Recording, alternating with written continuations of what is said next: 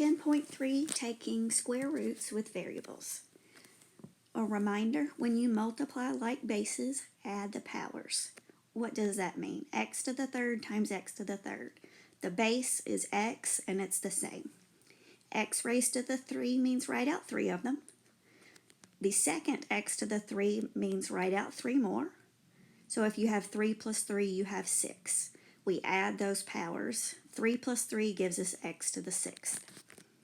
Okay, so what about taking the square root when there's letters inside?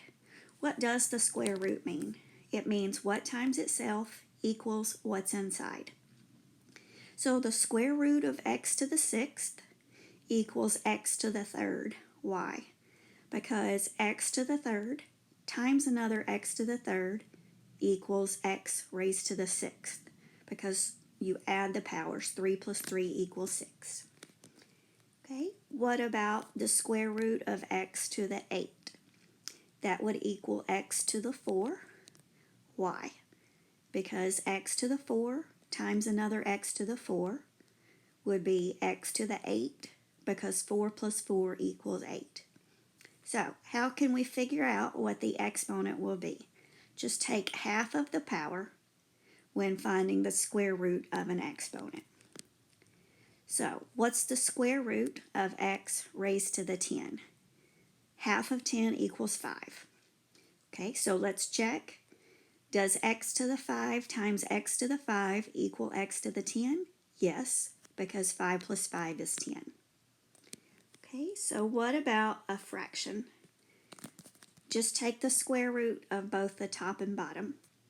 So what's the square root of x to the 8 over 25? For the x, take half of 8, which equals 4. For the bottom, the square root of 25 equals 5. Let's check. Does x to the 4 over 5 times itself equal x to the 8 over 25? On top, add 4 plus 4 equals x to the 8. On bottom, 5 times 5 equals 25. Okay, for the last one, x to the 10 over 49, take the square root. For the top, x to the 10, half of 10 equals 5. On bottom, the square root of 49 equals 7. And let's check. X to the 5 times x to the 5. 5 plus 5 is 10. On the bottom, 7 times 7 equals 49. That is the end of this lesson.